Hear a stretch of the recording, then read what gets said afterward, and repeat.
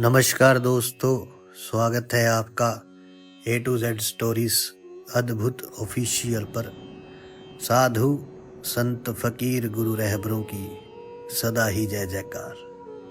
सदगुरु कबीर जी महाराज साहब कहते हैं कि मैं इसलिए नहीं कहता कि वेदों में ज्ञान नहीं है, मैं इसलिए कहता हूं उसे नहीं पढ़ने के लिए, क्योंकि उसके भीतर जो ज्ञान है वे आपकी समझ में नहीं आएगा, वे आपकी समझ में जो है वे नहीं आएगा।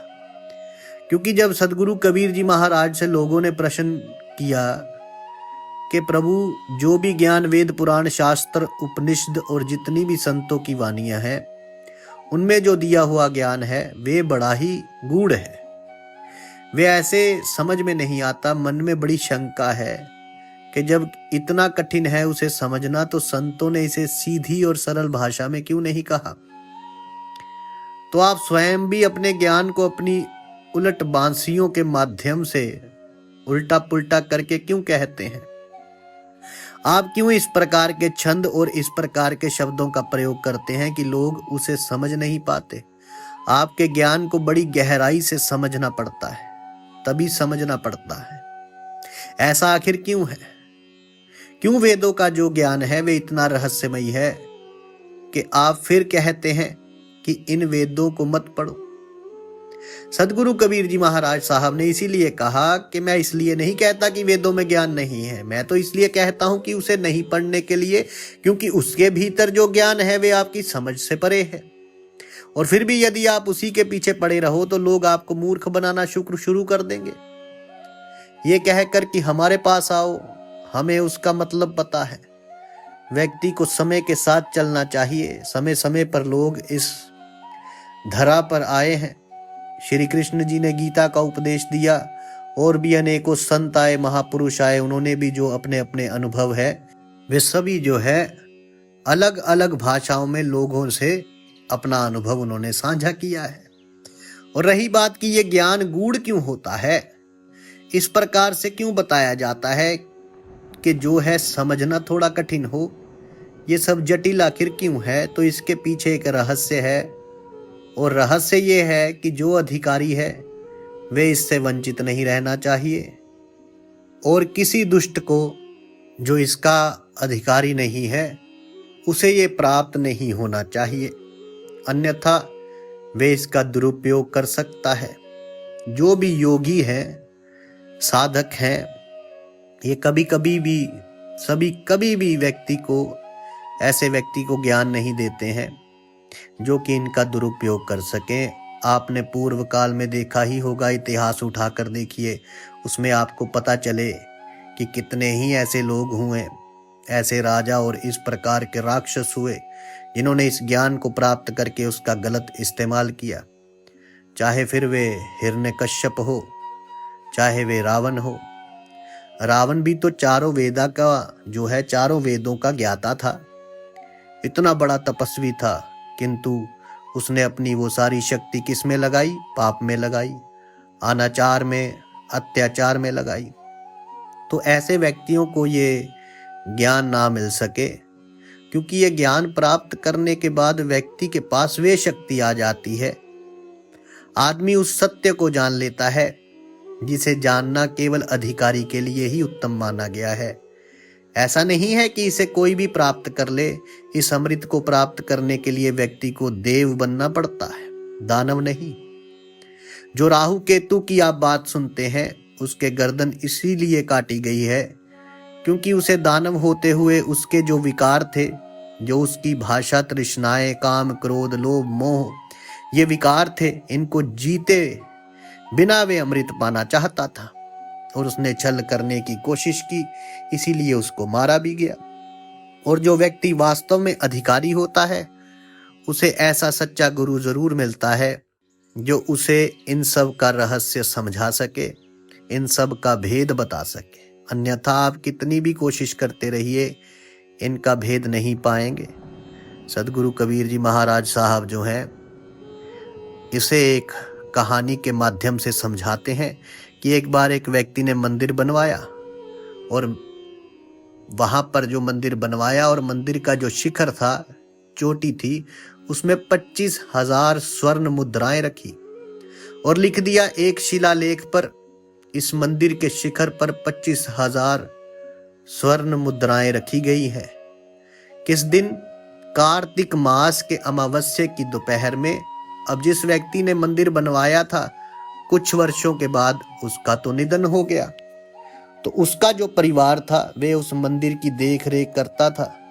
धीरे धीरे उस परिवार की हालत गंभीर होती चली गई। गरीबी और भुखमरी ने उन्हें घेर लिया। तो एक दिन उस व्यक्ति की नजर पड़ी शिलालेख पर कि इस मंदिर के जो शिखर है उसमें 25,000 स्वर्ण मुद्राएं रखी हैं। तो उस व्यक्ति ने सोचा कि पिताजी तो मंदिर बनवा कर चले गए, किंतु 25,000 स्वर्ण मुद्राएं इसके शिखर में रख गए हैं, चलो वही ले ली जाए। तो 25,000 स्वर्ण मुद्राएं बहुत होती हैं, थोड़ी नहीं होती, आपको पता ही होगा। तो उसने धीरे धीरे करके उस मंदिर को तोड़ना शुरू कर दिया। पत्नी ने कहा कि ये क्या कर रहे हो? अरे लोकावाद होगा, लोग हमें गालियां देंगे, कटु वचन कहेंगे। तो उसने कहा मैं गाली जो है, कटु वचन जो है सब सह लूंगा, अपवाद सह लूंगा, किंतु भूखमरी बताओ कैसे सहूं? अरे जब हम रहेंगे ही नहीं जिंदा ही नहीं बचेंगे तो क्या करेंगे इस सम्मान का, क्या करेंगे इस मंदिर का? ये सोचकर जो है उसने मंदिर तोड़ना शुरू कर दिया। अब धीरे धीरे उसको तोड़ा और तोड़ते उसने शिखर से ले और नींव तक खोद डाला सब कुछ, किंतु कहीं भी स्वर्ण मुद्राएं तो मिली नहीं। अब वो परेशान की देखो बेइज्जती भी हो गई और स्वर्ण मुद्राएं भी नहीं मिली। लोगों ने आते जाते खूब जो है गालियां बकी, छींटे कसे उनके ऊपर, ताने मारे, सभी उनको बुरा भला कहते। भगवान का मंदिर तोड़ दिया, अरे तुम्हारे पूर्वजों ने बनाया और तुमने तोड़ दिया, तुम्हें तो इसको आगे बढ़ाना चाहिए था, आप करते भी क्या अब? तभी वहां से एक साधु महात्मा गुजरे, बोले अरे ये तो मंदिर हुआ करता था, ये क्या हुआ? बोले महाराज हम बड़ी ही गरीबी में थे, तो क्या करें, गुर्बत थी हम पर, इसमें 25,000 स्वर्ण मुद्राएं थी, अब कुछ ना कुछ तो हमें करना ही था, खाने पीने के लाले पड़े हुए थे, तो हमने सोचा 25,000 स्वर्ण मुद्राएं ले लें तो हमारा कुछ गुजारा हो जाए। 25,000 स्वर्ण मुद्राएं तो बहुत होती हैं। तो साधु ने कहा बात तो सही है, किंतु उसके लिए मंदिर तोड़ना जरूरी तो नहीं था। बोले महाराज हम क्या करें, इसी में लिखा हुआ था कि इसके शिखर पर जो है मैंने गाड़ी हुई है वहां। तो महाराज ने कहा, महात्मा जी ने कहा कि तुम इसको फिर बनाओ। बोले अरे महाराज कहां से बनाए, हमारा तो वैसे ही खाने पीने का जुगाड़ नहीं हो पाता है। बोले चलो हम मदद करते हैं तुम्हारी, तुम एक कार्य करो, इस मंदिर को फिर से बनवाओ।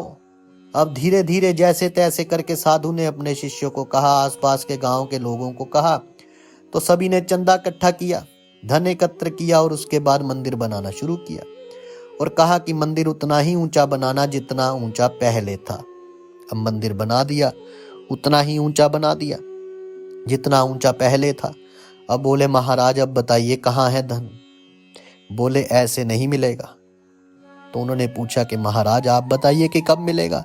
बोले ये दिवाली की दोपहर में ही मिलेगा। बोले दिवाली की दोपहर में? तो वो कहने लगे हाँ, क्योंकि कार्तिक मास की अमावस्या को जो दिवाली होती है और दिवाली की दोपहर में ही तुम्हें वे धन मिलेगा, उससे पहले नहीं मिलेगा। अब ये कहकर जो सन्यासी थे वे तो चले गए, क्योंकि सन्यासी को तो कोई लालच नहीं होता, कोई लोभ नहीं होता इन चीजों का। सन्यासी तो सन्यासी है, उसके पास सबसे बड़ा धन है जो है प्रभु का नाम। तो वो कहने लगे दिवाली की दोपहर में ही तुम्हें वे धन मिलेगा, उससे पहले नहीं मिलेगा, और सन्यासी चले गए। अब ये बेचारे इंतजार कर रहे हैं। लोग बोले अरे साधुओं का काम मंदिर बनवाना ही तो होता है, उन्होंने बनवा लिया, तुमने तोड़ा था उन्होंने फिर से बनवा लिया और तुम मूर्ख ठगे के ठगे रह गए। किंतु उसने कहा कि नहीं नहीं, अब साधु जी ने कहा है तो इसमें स्वर्ण मुद्राएं तो होगी ही होगी। अब जिस दिन दिवाली आने वाली थी, अमावस्या से एक दिन पहले साधु आते हैं और कहते हैं, बोले तैयार हो जाओ, तैयार हो तुम लोग? बोले हाँ जी। बोले कमर कस लो, फावड़ा जो है उठा लो, कल जो मिलेंगे तुम्हें मोहरे, तुम्हें 25,000 स्वर्ण मुद्राएं मिलेंगी और यही मिलेंगी। अब उसने खुदाई उठाई और हावड़ा उठाया। चलो जी आके, और सब लोग बोले महाराज अब बताइए कहाँ है। बोले अभी नहीं, दोपहर तो होने दो। अब जब दोपहर हुई और जहां पर उस शिखर की परछाई आई हुई थी, दोपहर में साधु जी ने कहा कि अब यहां पर खोदो तुम। और जब वहां पर खोदना शुरू किया तो वहां पर वास्तव में स्वर्ण मुद्राएं गड़ी हुई थी। जमीन में जब खोदा तो वहां पर स्वर्ण मुद्राएं थी। बोले अरे महाराज यहाँ पर गड़ी हुई है, हमें तो पता नहीं कहाँ कहाँ हम ढूंढ रहे थे, हमने तो पूरा मंदिर उखाड़ दिया। हम तो ये सोच रहे थे कि यदि स्वर्ण मुद्राएं हैं तो आखिर गई कहाँ, और यदि नहीं तो फिर झूठ क्यों लिखा। तो साधु ने कहा कि ना लिखा हुआ झूठ था और ना ही स्वर्ण मुद्राएं गड़ी हुई थी, ये झूठ था। तुम्हारे सामने प्रमाण है कि स्वर्ण मुद्राएं भी यही हैं और लिखने वालों ने भी सत्य लिखा है।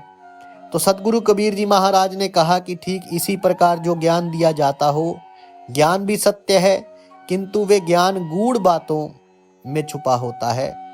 वे इसलिए छुपा होता है ताकि कोई अधिकारी है वे उससे वंचित न रह जाए, और जो अधिकारी नहीं है उसे वे प्राप्त नहीं होना चाहिए। जैसे मंदिर का धन था, और मंदिर का जो धन है वे केवल अधिकारी को ही मिलना चाहिए। यदि वे सीधा बोलते कि हाँ इसके शिखर में रखा हुआ है, और वे शिखर में रख देते, तो फिर तो कोई भी चोर आकर निकाल ले जाता। या ये बता देते कि हाँ जमीन में मंदिर के पीछे की साइड में उत्तर दिशा में ये धन गड़ा हुआ है, तो फिर तो कोई भी खोद के ले जाता। तो धन जो है वे केवल अधिकारी को ही मिलना चाहिए। इसी प्रकार जो परम तत्व का ज्ञान है वे केवल अधिकारी को ही मिलता है।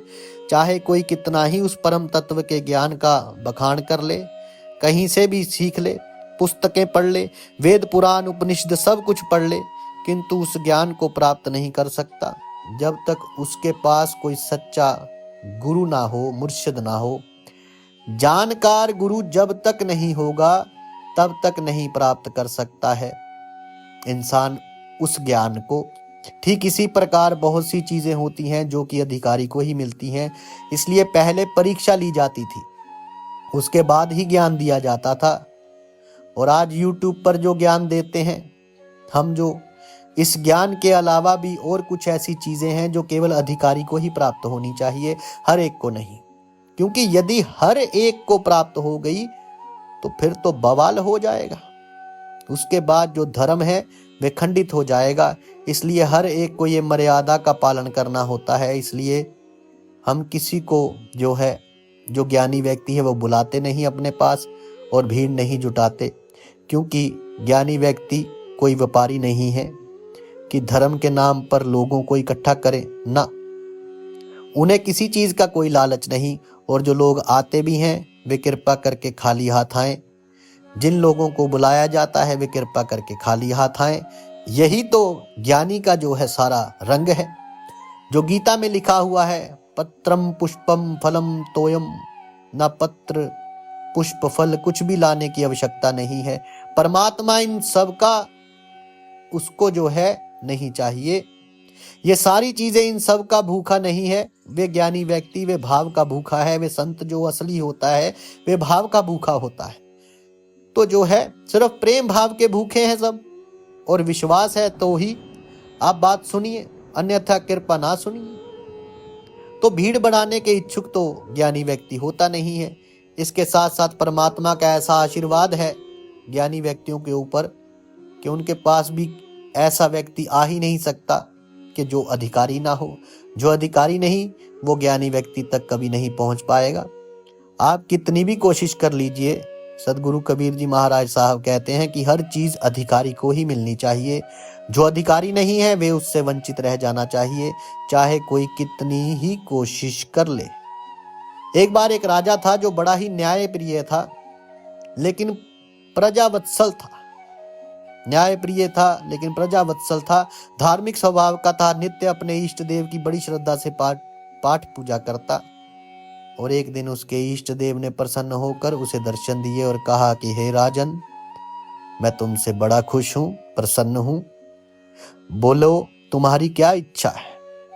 तो प्रजा को चाहने वाला राजा, उसने क्या कहा कि भगवान, मेरे पास आपका दिया सब कुछ है, आपकी कृपा से राज्य में सब कुछ, सुख शांति सब कुछ है। फिर भी मेरी एक इच्छा है कि जैसे आपने मुझे दर्शन देकर धन्य किया है, वैसे ही मेरी सारी प्रजा को भी दर्शन दे दीजिए। तो भगवान ने कहा, ये तो संभव नहीं, ये नहीं हो सकता। परंतु राजा को चाहने वाला, अर्थात जो प्रजा को चाहने वाला राजा था, वे बोला कि भगवान, आपके पास ऐसी क्या चीज है जो असंभव नहीं, क्योंकि परमात्मा के लिए तो कुछ भी असंभव नहीं। आखिर भगवान अपने साधक के सामने झुक गए और बोले, चलो ठीक है, कल अपनी सारी प्रजा को जो सामने वाले पहाड़ है उस पहाड़ के पास लाना, मैं पहाड़ी के ऊपर उन्हें दर्शन दूंगा। राजा जी बड़ा प्रसन्न हुआ, बड़ा खुश हुआ और पूरे जो नगर में ढिंढोरा पिटवा दिया। मुनि आदि जो है सबको बुला लिया, कल सभी पहाड़ के नीचे मेरे साथ पहुंचे, वहां भगवान आप सबको दर्शन देंगे। तो दूसरे दिन राजा अपने समस्त प्रजा सब जनों को लेकर पहाड़ी की ओर चलने लगा। चलते चलते रास्ते में एक स्थान पर तांबे के सिक्कों का पहाड़ दिखा। प्रजा में से कुछ लोग उसकी तरफ भागे। तभी ज्ञानी राजा ने सबको सतर्क किया कि कोई उस ओर ध्यान न दे, ये सब कुछ भटकाव है, क्योंकि तुम सब भगवान से मिलने जा रहे हो। इन तांबों के सिक्कों के पीछे अपने भाग्य को लात मार रहे हो। क्यों मार रहे हो? मत मारो।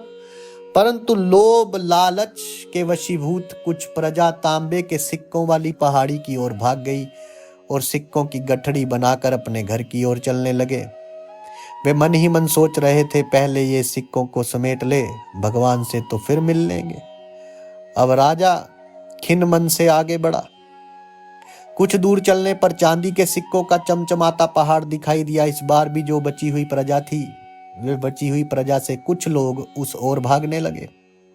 चांदी के सिक्कों की गठड़ी बनाती वे प्रजा भर भर के, और उन्हें सोचा कि चलो घर लेकर चलते हैं। चांदी के इतने सारे सिक्के पता नहीं फिर मिले ना मिले, भगवान तो फिर कभी मिल ही जाएंगे। इस प्रकार कुछ दूर और चलने पर सोने के सिक्कों का पहाड़ आया। अब तो प्रजाजनों में बचे हुए जो लोग थे और राजा के जो सब जन थे, वे भी उस ओर भागने लगे। वे भी दूसरों की तरफ जो है बाकी लोगों की तरह सिक्कों की गठड़ी लाद कर अपने अपने घरों की ओर चल दिए।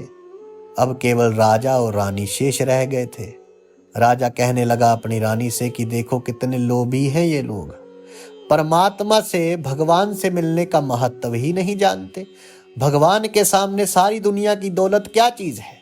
रानी ने कहा कि सही बात है, समर्थन किया रानी ने राजा का, और वे आगे बढ़े। कुछ दूर चलने पर राजा और रानी ने देखा कि सप्त तरंगी आभा बिखेरता हीरों का पहाड़ है। अब तो रानी से भी रहा नहीं गया और हीरों के आकर्षण में वे भी दौड़ पड़ी और हीरों की गठड़ी बनाने लगी।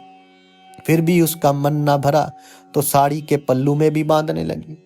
वजन इतना हो गया पल्लू में कि रानी के वस्त्र वे शरीर से अलग हो गए, परंतु हीरों की तृष्णा अभी भी नहीं मिटी। यह देखकर राजा को अत्यंत विरक्ति हुई, गलानी हुई। उसने सोचा कि जिस प्रजा को, जिस रानी को, जिस सब जनों को मैं अपना मानता था, वो जब भगवान के प्रति, जब उनके मन में प्रेम नहीं है, तो मेरे प्रति आखिर क्या प्रेम होगा, जरा बताओ। मेरी रानी जो अभी तक कह रही थी कि हाँ ये राजा मूर्ख है, अब ये उसी मूर्खता में लगी हुई है, ये प्रजा मूर्ख है, तो आखिर इन हीरों को क्या ये खा पाएगी, क्या ये भोग पाएगी इन्हें। इसके वस्त्र शरीर से अलग हो गए, किंतु तब भी इसे सुध बुध नहीं है कि मैं क्या कर रही हूँ। राजा बड़े ही दुखी मन से आगे बढ़ना शुरू कर दिया। उन्होंने पहाड़ पर सचमुच भगवान खड़े उनका इंतजार कर रहे थे। राजा को देखते ही भगवान मुस्कुराए और कहने लगे कि राजन क्या हुआ, तुम तो सभी को लेकर आने वाले थे। राजा ने कहा कि मैं बड़ा ही शर्मसार हूँ, किंतु प्रभु ने कहा कि मैं तो कब से मिलने का इंतजार कर रहा हूँ, बेकरारी से उन सब का इंतजार कर रहा हूँ, कहाँ है वे। राजा कुछ कह ना सका और आत्म गलानी और सर को झुका लिया। तब भगवान ने राजा को कहा कि राजन, जो लोग भौतिक सांसारिक प्राप्ति को मुझसे अधिक मानते हैं, उन्हें कदाचित मेरी प्राप्ति नहीं होती, और वे मेरे स्नेह और आशीर्वाद से भी वंचित रह जाते हैं। जो जीव अपने मन और बुद्धि से मुझ पर न्योछावर होते हैं और सर्व संबंधों से प्रेम करते हैं, वही भगवान के प्रिय बनते हैं। अर्थात जो सभी संबंधों से ज्यादा मुझे चाहते हैं, सांसारिक संबंधों को नहीं, वही मेरे प्रिय हैं। जो परोपकार की भावना रखते हैं, वही मेरे प्रिय हैं। जो सत्य मार्ग पर चलते हैं, वही मेरे प्रिय हैं। किंतु जो संसार के मार्ग पर चलता है, वे मेरे प्रिय नहीं हो सकते। इसलिए तो तुम्हारी जितनी प्रजा थी, उसको लोभ प्रिय था। वे सभी देखो लोभ में फंसकर, तुम्हारी रानी भी लोभ में फंसकर और तुमसे विमुख होकर चले गए। अब बताओ मुझे, तुम चाहते हो कि मैं सारी प्रजा को दर्शन दूं तो कैसे दूं? दर्शन केवल अधिकारी को होते हैं। केवल जो अधिकारी है उसे ही वस्तु मिलनी चाहिए, जिस वस्तु का वे अधिकारी है। यदि किसी ऐसे व्यक्ति को चीज मिलने लग जाए तो अधिकारी ही नहीं, तो बताइए ये सृष्टि का जो संतुलन ही बिगड़ जाएगा। फिर लोग कर्म करना छोड़ देंगे, क्योंकि जिसने जैसा कर्म किया उसको वैसा ही तो फल मिलेगा। और यदि बिना कर्म किए भी फल मिलना शुरू हो जाए तो व्यक्ति कर्म को त्याग देगा। एक सुंदर स्त्री वे आभूषणों से मुक्त हो सकती है, त्याग सकती है आभूषणों को, क्योंकि वे जानती है कि वे सुंदर है। अगर आभूषण ना पहने तो भी वे सुंदरता ही उसकी दिखाई देगी। जबकि कुरूप स्त्री वे कभी आभूषणों को नहीं त्याग सकती, क्योंकि उसे पता है कि आभूषण जो है ये उसकी कुरूपता को छिपाए हुए है। एक सुंदर स्त्री सरल हो जाती है, किंतु कुरूप स्त्री कभी सरल नहीं हो सकती, क्योंकि उसे पता है आभूषण हट जाए तो बहुमूल्य वस्त्र हट जाए, सोना चांदी हट जाए तो उसकी कुरूपता ही प्रकट होगी, वही शेष रह जाएगी और वहां फिर कुछ नहीं बचेगा। सुंदर स्त्री को आभूषणों की आवश्यकता नहीं है, बल्कि वे तो मन में खटक पैदा करेंगे। उसके सौंदर्य में वे क्या अपने चेहरे पर कुछ लगाएगी? नहीं, क्योंकि कोई सोना कैसे जीवंत सौंदर्य से महत्वपूर्ण हो सकता है, आप ही बताइए। हीरे जवाहरातों में होगी चमक, किंतु जीवन सुंदर आंखों से ज्यादा क्या उसकी चमक हो सकती है? क्या उसकी तुलना की जा सकती है? नहीं की जा सकती। कोई भी स्त्री वस्त्र आभूषण का दिखावा जब कम हो जाता है, जब वे सुंदर होती है। किंतु यदि सुंदर नहीं हो तो वे दिखावा करती है। हर एक व्यक्ति जो बाहर निकलता है अपने घर से, वे सुंदर बनकर निकलना चाहता है, ताकि वे दिखावा कर सके कि हाँ मैं बड़ा सुंदर हूँ, बड़ा खूबसूरत हूँ। ये जरूरत किसे पड़ती है? उसे पड़ती है जो सुंदर नहीं है। जो सुंदर नहीं है वे उतना ही समय शीशे के सामने, दर्पण के सामने खड़ा होकर बिताता है। स्त्री यही तो करती है। जब तक व्यक्ति के मन में प्रदर्शन की कामना हो, जब तक ये प्रदर्शन की कामना है, तब तक उसे स्वयं ही पता है कि कहीं कुछ असुंदर है। जानते हैं वे कि कुछ कमी है, जिसे ढकना है, जिसे छिपाना है, प्रकट नहीं होने देना है। तभी तो घंटों दर्पण के सामने बैठकर व्यतीत करती हैं स्त्रियां। कुछ क्या करती हैं? दर्पण के सामने बैठे घंटों बैठकर, बताइए वो क्या करेंगी? कुरूपता को छिपाने की चेष्टा करती हैं, सुंदर को दिखाने की चेष्टा करती हैं। ठीक यही जीवन के सभी संबंधों के साथ होता है। अज्ञानी अपने ज्ञान को दिखाना चाहता है, अज्ञान को ढकना चाहता है। वे मौके की तलाश में रहता है कि जहां कहीं मौका मिले मैं जल्दी से अपना ज्ञान बता दूं, ताकि लोग समझे, अरे वाह ये कितना बड़ा ज्ञानी है। किंतु जो ज्ञानी व्यक्ति होता है, वे अवसर की तलाश नहीं उसे होती, ना ही उसे कुछ बताने की इच्छा होती है। जो ज्ञानी व्यक्ति होता है वे तो मौन होता है, शांत। जब स्थिति हो कि उसके ज्ञान की कोई आवश्यकता पड़ जाए, तब वे अपना ज्ञान जरूर देता है। जैसे वृक्ष को जब जल की जरूरत हो तो बादल अपना जल बरसाते हैं। तो जब व्यक्ति अपने अंदर की सुंदरता को जान लेता है, फिर बाहर की सुंदरता की कोई कीमत नहीं रह जाती। अज्ञानी इकट्ठा करता है उपाधियां, मैं इतना पढ़ा लिखा, मेरे पास ये डिग्री है। किंतु यदि तुम अज्ञानी के घर में जाओगे तो वहां पर आपको वे सारी डिग्रियां दीवारों पर लगी मिलेंगी, ताकि लोग आए और देखें और सोचे अरे तुम इतने पढ़े लिखे हो। किंतु वास्तव में जो ज्ञानी होता है वे ये प्रदर्शन नहीं करता। ये प्रदर्शन बताता है कि भीतर उस व्यक्ति को कुछ भी नहीं पता, वे कुछ जानता ही नहीं है। परीक्षाएं उत्तीर्ण कर ली हैं, प्रमाण पत्र इकट्ठे कर लिए हैं, किंतु जानने का ना तो परीक्षाओं से ही कोई संबंध है, ना प्रमाण पत्रों से। जानना तो जीवन के अनुभव से संबंधित है, जानना तो जीवन कर जो है घटित होता है, परीक्षाओं से उपलब्ध नहीं होता, ये पोथियां पढ़ने से उपलब्ध नहीं होता। परीक्षाओं से इतना ही पता चलता है कि तुम्हारे पास अच्छी बुद्धि है, किंतु जब तक उसके साथ अनुभव ना मिला हो, केवल बौद्धिक उस ज्ञान से क्या लाभ है, बताइए। जब उसको अनुभव ही नहीं किया गया तो फिर उसका क्या लाभ है। और जिसने अनुभव नहीं किया उसे परमात्मा की प्राप्ति नहीं हो सकती। आप चाहते थे कि आपकी सारी प्रजा को मेरा दर्शन हो, किंतु तुम्हारी प्रजा स्वयं ही नहीं चाहती कि मैं उन्हें दर्शन दूं। वे तो अभी भी लोभ में, लालच में फंसी हुई है। तुम्हारा सारा राज्य, सदगुरु कबीर जी महाराज साहब कहते हैं कि मैं तो बहुत ही सरल कहता हूँ। मैंने तो इतना कहा है कि पोथी पढ़ पढ़ जग मुआ, पंडित भया न कोय, ढाई आखर प्रेम के पढ़े सो पंडित होए। कि इन पोथियों से ज्ञान नहीं मिलेगा, इससे तुम पंडित नहीं होगे। यदि ज्ञानी बनना चाहते हो तो प्रेम करना सीखो। ये 2.5 अक्षर प्रेम के ये सीख लो। बताओ, क्या मैंने कुछ ऐसा कहा जो समझ में नहीं आया? सबसे प्रेम करना सीखो, अपना पराया कोई भी हो, जीव जंतु पशु प्राणी नर मानव जो भी, सबसे प्रेम करो। यदि सबसे प्रेम करोगे तो परमात्मा स्वयं ही आपको उपलब्ध हो जाएगा, क्योंकि प्रेम ही वे रास्ता है, वे सत्य मार्ग है जिससे आप उसके दीदार के, उसके दर्शन के, परमात्मा के अधिकारी हो जाओ। इसीलिए तो सूफी फकीर भी कहते हैं कि यदि इश्क है उससे तो सबसे इश्क कर, इस इश्क का यही तो दस्तूर है। लेकिन लोग ये भी नहीं कर पाते। तो अब आपके ऊपर है कि आपको अधिकारी बनना है या नहीं बनना है। वेदों को पढ़ने से इनकार नहीं किया, किसी भी पोथी को पढ़ने से इनकार नहीं किया, लेकिन जब तक आप उसके अधिकारी नहीं हो जाते तो वो ज्ञान यदि आप प्राप्त भी कर लेंगे तो आपको कोई फायदा नहीं होगा।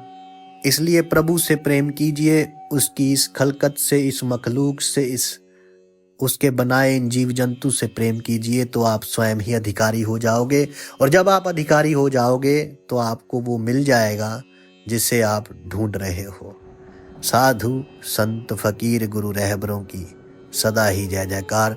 आप सबके भीतर बसे उस परमात्मा को मेरा प्रणाम स्वीकार कीजिए। धन्यवाद।